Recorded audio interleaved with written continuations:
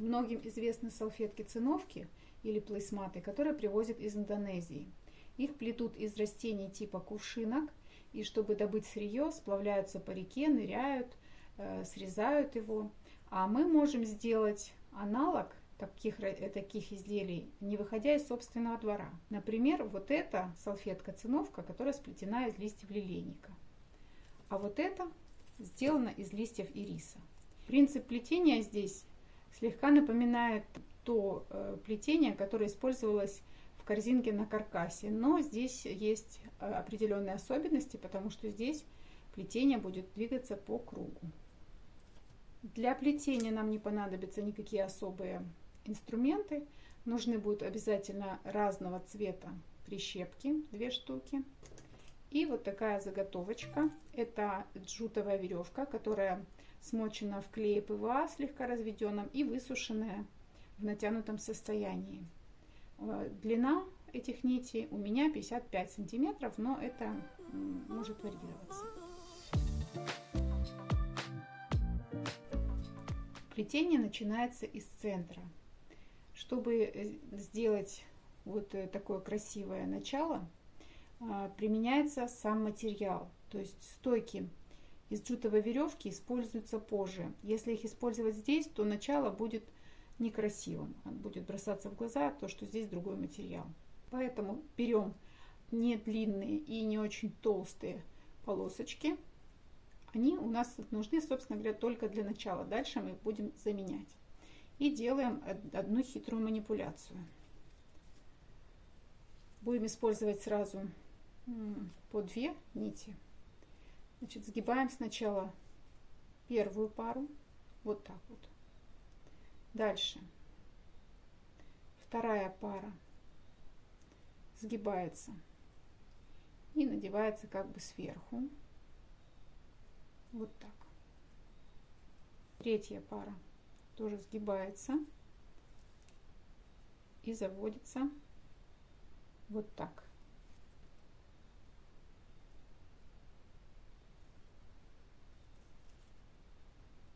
Так. И четвертая пара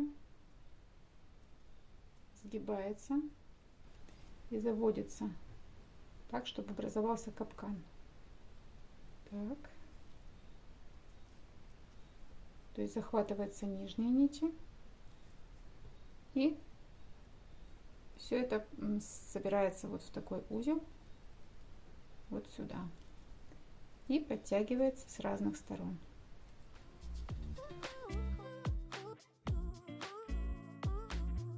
Вот такая красивая штука у нас получается. А это у нас будущие стойки. Желательно сделать это место максимально стянутым, для того, чтобы оно потом здесь не было заметным. Затем раскладываем по 2 нити, чтобы получилось первично 8 стоек. Плетение будем проводить, используя одновременно несколько лент. Скорее всего, это будет 2-3 полосы с каждой стороны. В зависимости от толщины исходного листа будем стремиться к толщине чуть меньше, чем карандаш. Но в данном случае добавлять не будем, потому что начало не хочется делать очень грубым и заметным. Поэтому начнем именно с 2. Если мы обвели эти ленты с 2 сторон от стойки, то одна из них будет правой, одна левой. И вот здесь будет важно, какой стороной мы будем укладывать сверху. Вот, например, в данном случае правую положим под низ, левую уложим сверху. Таким образом мы задаем именно то положение, которое мы будем повторять и дальше. Затем, после переплетения этих нитей, укладываем стойку. И вот здесь очень важно повторить. Опять правую уложить снизу и левую сверху. Дальше стойка. В нашем случае стойки здесь из 2 полос пока. Провели стойку. Опять сначала правая, на дне левая. Переплетение произошло, дальше стойка. Вот здесь имеет смысл проворачивать эти полоски. Для усиления текстуры И в общем гораздо лучше, когда откручивается.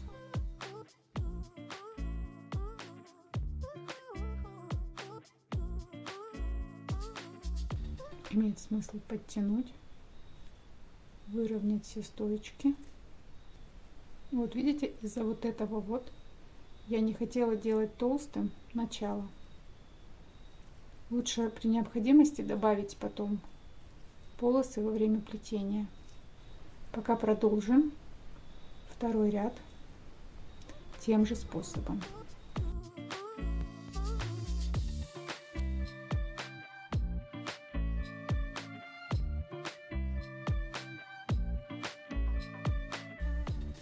Вот на примере второго ряда видно, что если продолжать плести тем же способом, то будет эффект наслоения вот таких полосочек вдоль стойки и не будет косички.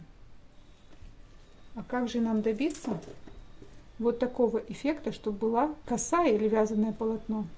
Для этого параллельно вот с этой парой нитей, оплетающих стойки, мы введем еще одну вот такую же пару, которая будет чередовать вот эти вот пересечения в другом порядке. То есть здесь мы укладывали сверху левую, а там будет правую. Это интересное оригинальное решение, которое я увидела в азиатских именно видео. Для этого сейчас мы зафиксируем первую нашу пару прищепкой, например, розового цвета. И запомним, что розовая прищепка фиксирует пару, где левая сверху.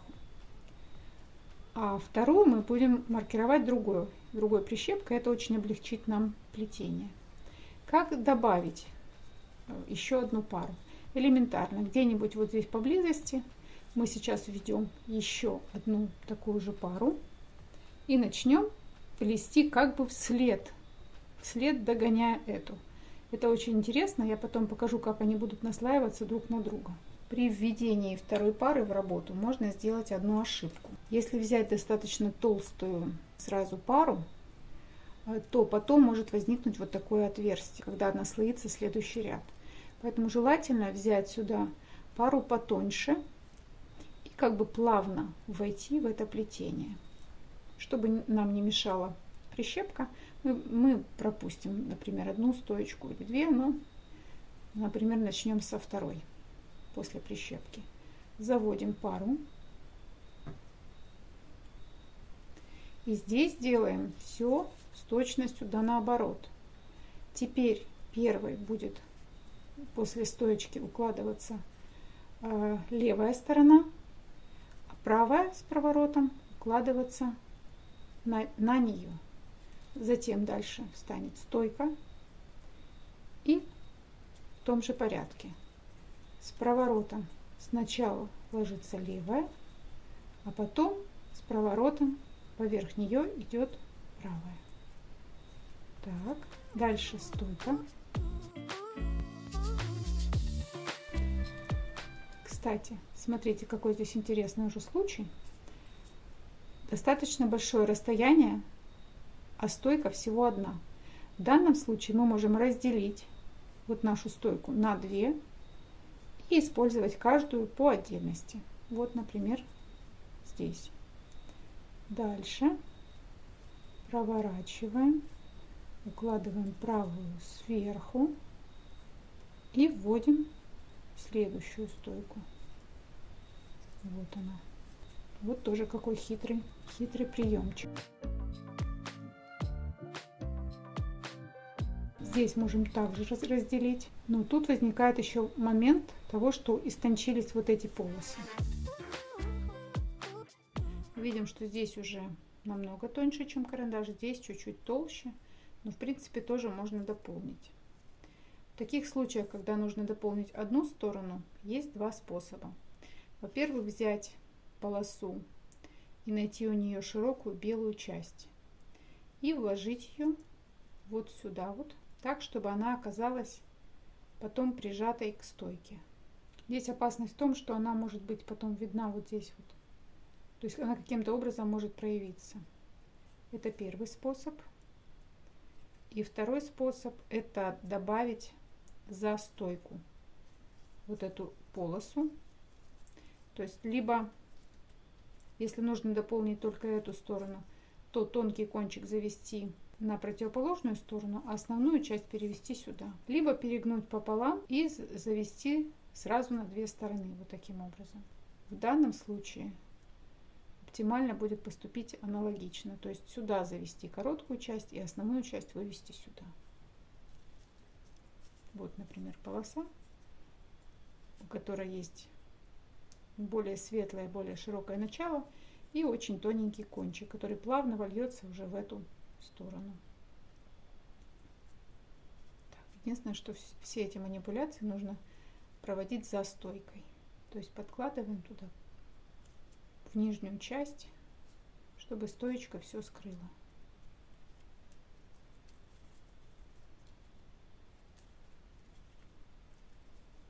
Вот теперь уже можно констатировать то, что стал образовываться наш узор типа вязания или типа косы. Видите? Вот только при таком чередовании образуется вот это особенное плетение. Подкручивание усиливает текстуру, делает более выразительной вот эту вот косу. И иногда это помогает еще скрыть какие-то дефекты или трещины. Вот как здесь, например. Вот этот дефект можно скрыть, используя прокручивание. К сожалению, у нас качественной задней стороны может не получиться. Поэтому, если какие-то дефекты у вас неизбежны, то оставляйте их на задней части. А уже фасад делайте в лучшем виде.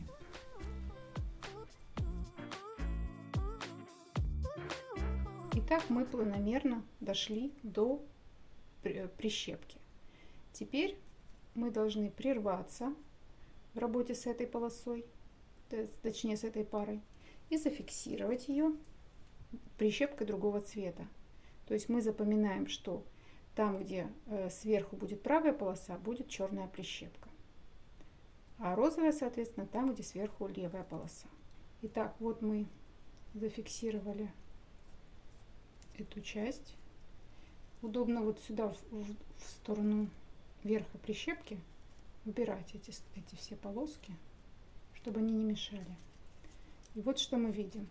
Наша стойка, обвитая двумя полосами. Здесь у нас будет всегда сверху левая часть. Теперь правая будет идти первой, а левая часть будет идти второй с проворотом. Дальше мы дошли до того момента, где у нас добавлялась еще одна пара. Здесь можно раздвоить, провести все те же приемы. Подтягиваем. В этой зоне обязательно максимально подтянуть, чтобы не образовалась та дырочка, о которой я уже рассказывала. Вот в таких случаях, когда такие плотные концы, желательно их срезать на косую, чтобы не было грубости в определенных местах. Дальше продолжаем до тех пор, пока начнут истончаться вот эти вот стоечки. Тогда мы будем вводить стойки из джутовой веревки. При этом иногда стоит даже обрезать вот такую какую-нибудь стойку, которая будет либо ломаной, либо очень тонкой. Заменить ее сразу на такую. Каким образом вставить проклеенную веревку так, чтобы потом не было заметно место ее добавления? Берем веревку, складываем ее пополам, сгибаем здесь, делаем остренький уголочек. И затем либо самой веревочкой заводим вот здесь вот, есть такой как бы потайной кармашек. Вот, ну, условно вот тут, где торчит хвостик, да, заводим ее сюда и выводим с противоположной стороны. Задвигаем ее сюда вглубь. Таким образом, место ее добавления не будет заметно. Если не получается вставить просто самой веревочкой, то можно использовать вот такой инструмент. Это тонкая проволочка, которая здесь вот просто обмотана изолентой или лейкопластырем или скотчем. Значит, с ее помощью Мы проникаем сейчас в этот карманчик, потом сюда добавляем только кончик веревочки и протягиваем его наизнанку. Потом заводим в карман. С расширением плетения расстояние между стойками будет постепенно увеличиваться. В идеале расстояние между ними должно быть не больше 2 сантиметров. Вот здесь вот уже 3 сантиметра, поэтому вот в этой зоне посередине я сделаю дополнительную стоечку. Заводить ее буду вот сюда, снизу. Вот таким образом установили новую стойку. Сначала можно ее использовать как двойную из 2 нитей, а потом при необходимости раздвоить.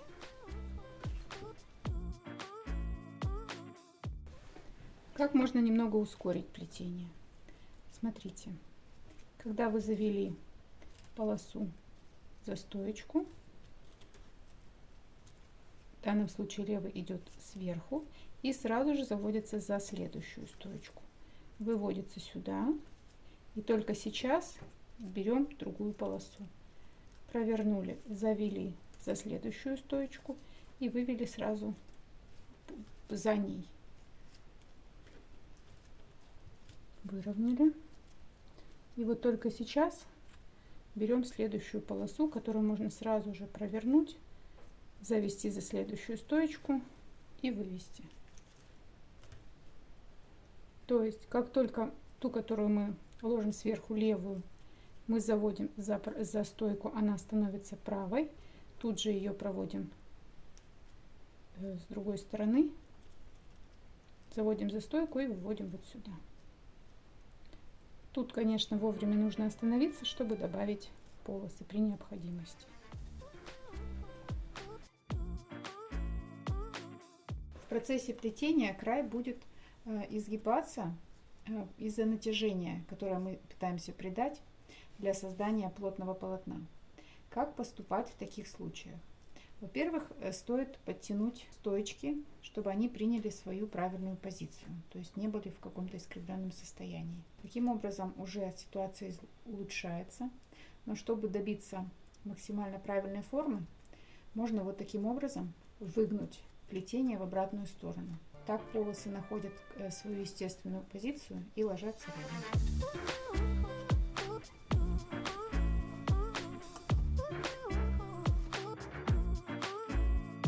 Чтобы красиво закончить, доплетаем до истончения полосочек, затем скручиваем их в жгут. И вот здесь наша задача спрятать кончик под плетение. Удобнее всего это сделать, если зафиксировать здесь край нитками. Захватываем кончик в петлю, максимально плотно его фиксируем. Накладываем жгут поверх стоечки, чтобы ее потом спрятать.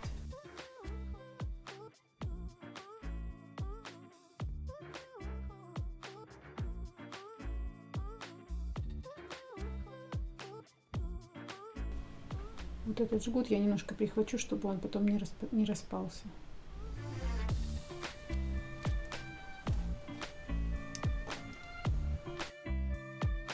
Нужно почистить изнанку от таких вот мелких дефектов. Чтобы убрать стойки, отрезаем примерно на длину 4 сантиметра. Затем вот этим же инструментом удобно вот в эту, вот тут вот есть такая ячейка, проложить в нее, но для этого нужно вытащить петлю, вдеть в нее кончик,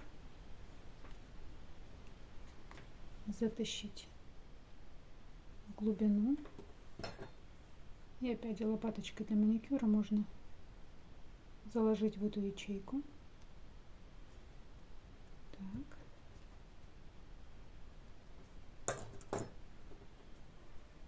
Затем затянуть поглубже.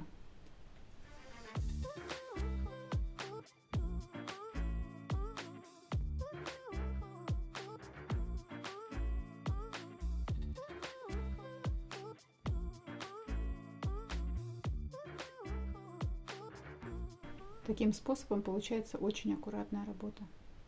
Стоечки спрятаны практически незаметно. Сушить готовые изделия лучше всего на улице, можно даже на солнце. Главное, чтобы был ветерок, сквознячок, и изделие высохло как можно быстрее. Главное не допустить, чтобы оно испортилось. Удобно сушить на любой сетке. Зимой лучше всего сушить на батарее отопления. Для декора можно купить уже готовые бирки в интернет-магазинах, либо можно сделать из кожи такие кусочки самостоятельно. И затем прикрепить их к краю готовой циновочки. Вот таким образом. Вот такой вариант может подойти. Главное, чтобы они подходили по тону и цвету. Вот, например, белый здесь не подходит абсолютно. Мне больше всего понравился вот такой вариант. Особенно если у вас выявился какой-то дефект, вот, например, у меня вот здесь ниточка видна, то в этом месте можно прикрепить вот таким образом декоративную бирку.